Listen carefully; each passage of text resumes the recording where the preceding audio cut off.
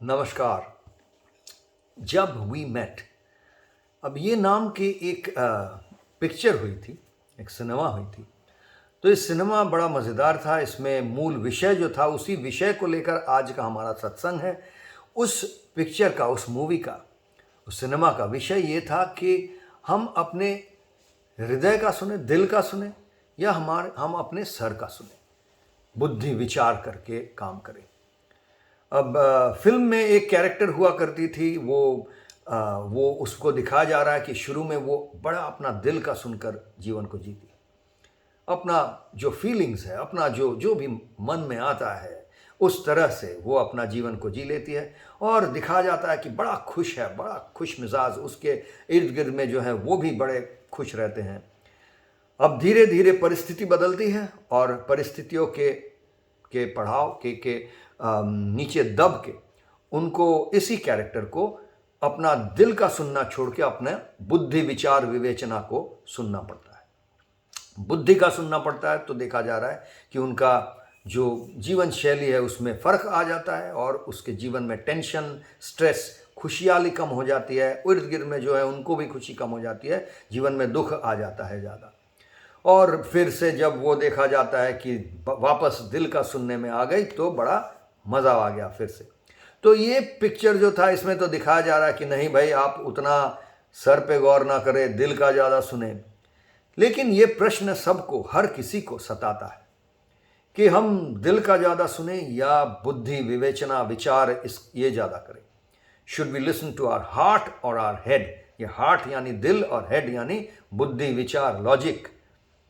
हम साइंस विज्ञान की ज़्यादा माने या आध्यात्म वगैरह ये सब को ज़्यादा माने, स्पिरिचुअलिटी धर्म, इसको ज़्यादा माने। धर्म कहीं और लेके जा रहा है, विज्ञान कहीं और लेके जा रहा है, ऐसा बात है।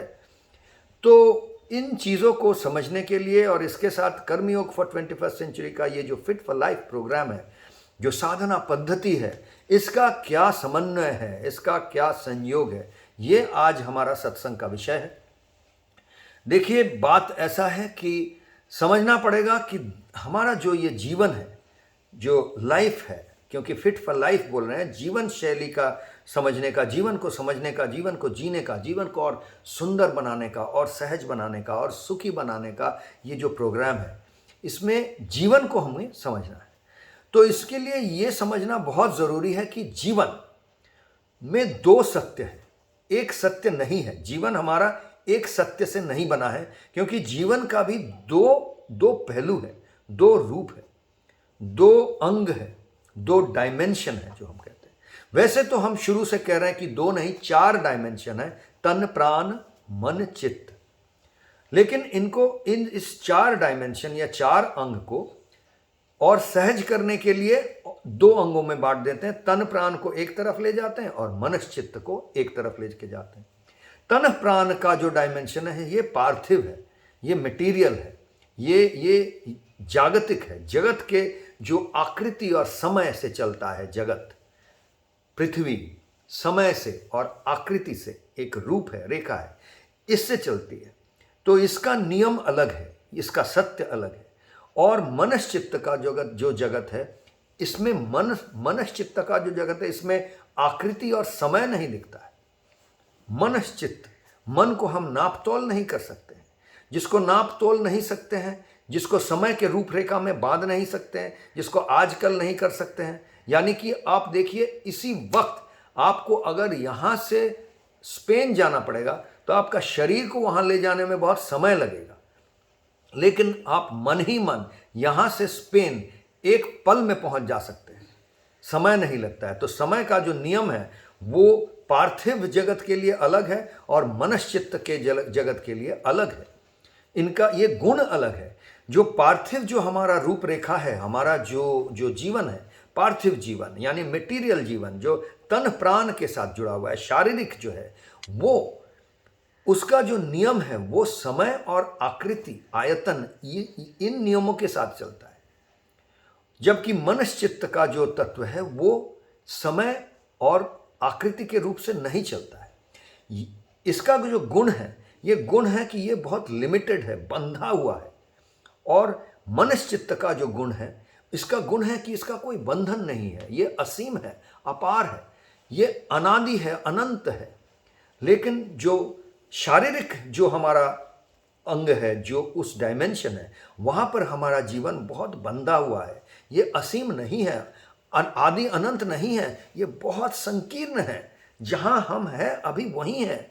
अभी हम इस जगह में बैठे हैं तो यहीं पर है। अभी हम स्पेन में अपना शरीर को नहीं पहुंचा सकते हैं, लेकिन मनश्चित्त में हम एक पल में स्पेन पहुंच जाएंगे, हम कहीं भी पहुंच जाएंगे। तो ये जो चीज़ है, ये अलग अलग सत्य को मान के चलता है, क्योंकि ये इसका कैरेक्टर ही अलग है, इसका गुण ही अलग है।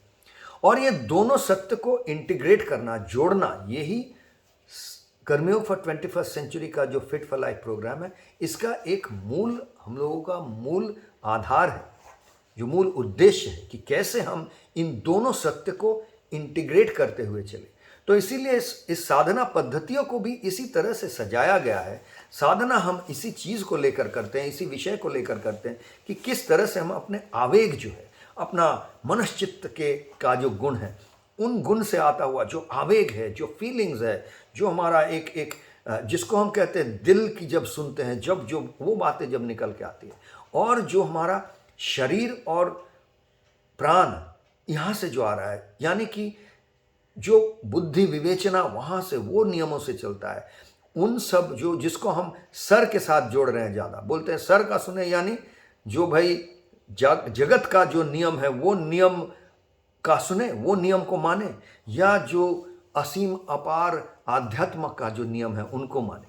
तो ये आध्यात्म, ये कुछ दिल के साथ जोड़ा गया है और जगत को कुछ सर के साथ जोड़ा गया है। वैसे डॉक्टरों के पास जाएंगे, सर्जन के पास जाएंगे तो वो आपको समझाएंगे कि वो जब सर्जरी करते हैं, जब आपका हार्ट ऑपरेशन करते हैं, तो उनको कुछ सुनाई नहीं देता है, उनको बस दिखता है कि खून का एक पंप है जो पंप किए जा रहा है, शरीर में खून पंप किए जा रहा है, वो कुछ बोलता वगैरह नहीं है।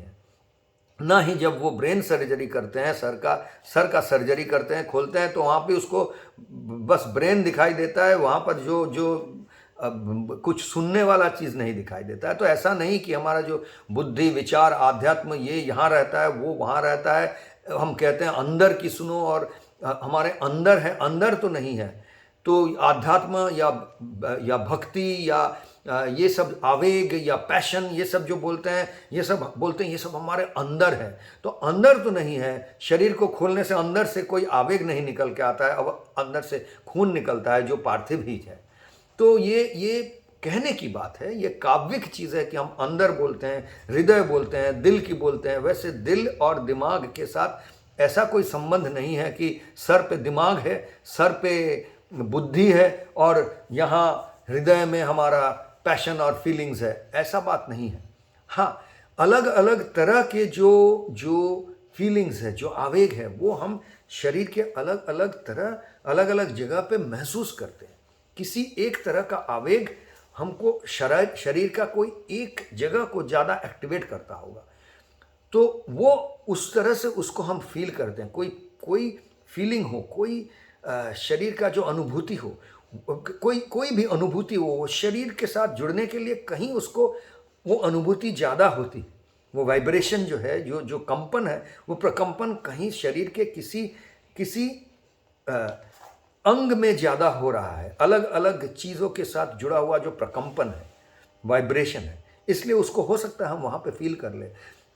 लेकिन इस बात को ऐसे बोलना कि दिल की सुने या दिमाग की सुने, इसको लेके अपने ही जीवन में एक स्ट्रेस पैदा करना, एक झमेला पैदा करना, इसमें कोई बुद्धिमानी नहीं है। इसको हम हमारे ये साधना पद्धति में नहीं मानते हैं और ये समझाने की कोशिश करते हैं। साधना का डिज़ाइन भी ऐसे किया गया है जैसे कि हम इन दोनों का सुन पाए, इन दोनों का जो किस परिस्थिति में किसको ज़्यादा महत्व देना है वो समझ पाए। अगर ऐसा हो कि हमारे जीवन में हम किसी एक आधार को ज़्यादा महत्व दिए हैं, तो हमारा दिमाग ही ज़्यादा बन गया है। दिमाग पे हम बहुत स्ट्रांग हैं, उस पर बहुत काबू रखते हैं। दिल पे जो कहा जाता है उस पर हम काबू नहीं रख पाते हैं। तो भाई आप दिल पे काम करें ज़्यादा, आप अपने आध्यात्म में ज़्यादा काम करें, आपके मनश्चित्त की जो आधार है उस पर ज़्यादा काम करें, उसको ज़्यादा महत्व दें। अगर जो भी वीक हो गया है, कमज़ोर हो गया है, अगर आपकी बुद्धि विचार शक्ति कम हो गई है, आपकी पार्थिव चीज़ों को लेकर विचार करने की क्षमता कम हो गई है, तो आपको उसमें ज़्यादा जोर देना चाहिए, देकर उसको ज़्यादा शक्तिशाली करना चाहिए उस डायमेंशन को। अगर आपकी आध्यात्मिक जो जिंदगी है, जो जीवन है, वो कमज़ोर हो गया है, उसको आप नेग्लेक्ट किए हैं, उसको आप अवहेला किए हैं, उसको देखे नहीं है, तो वो कमज़ोर हो गया है, तो आप आध्यात्म में ज़्यादा जोर दीजिए, आप अपने साइकोलॉजी पे ज़्यादा जोर दीजिए, मन को या दिल को जो आप कहते हैं उसको जोरदार बनाने के लिए अपने पैशन, अपने फीलिंग्स, उसको ज़्यादा जोर दीजिए, ज़रूर उसको ज़्यादा महत्व दीजिए, उसको भी स्ट्रांग बनाइए। लेकिन ऐसा नहीं है कि कोई एक, ये दोनों में से कोई एक ऊपर है एक नीचे है, वैसा आप मानेंगे तो आप फिर से हॉरिजॉन्टल वर्टिकल ट्रैप में पड़ जाएंगे, फंदे में पड़ जाएंगे। तो यह साधना पद्धति भी इसीलिए ऐसे ही रचा गया है कि तन प्राण मन चित्त, ये चार, यानी कि सहज करके देखें तो 2 डायमेंशन को ही समान हम उतना ही महत्व देते हैं, और इसको भी याद रखते हैं कि जिस परिस्थिति में जिस चीज़ की ज़्यादा ज़रूरत है उसको हम उस परिस्थिति के अनुसार इस्तेमाल करते हैं, जहाँ जो कम हो गया है उसको ज़्यादा लेकर आते हैं, जैसे कि जीवन को हम एक बैलेंस तरीके से, एक इंटीग्रेटेड तरीके से जी पाएँ। तो आज के लिए इतना ही दोस्तों। आशा है कि इस सत्संग का जो विषय था, इससे आप अपने साधना को भी ज़्यादा महत्व दे पाएंगे, ज़्यादा उसको मीनिंग दे पाएंगे, उसको उसका अर्थ आप समझेंगे, और अर्थ समझेंगे तो प्रज्ञाशील होकर आप साधना से ज़्यादा फायदामंद होंगे, उसके ज़्यादा लाभ आपको मिलेगा। आज के लिए इतना ही। नमस्कार।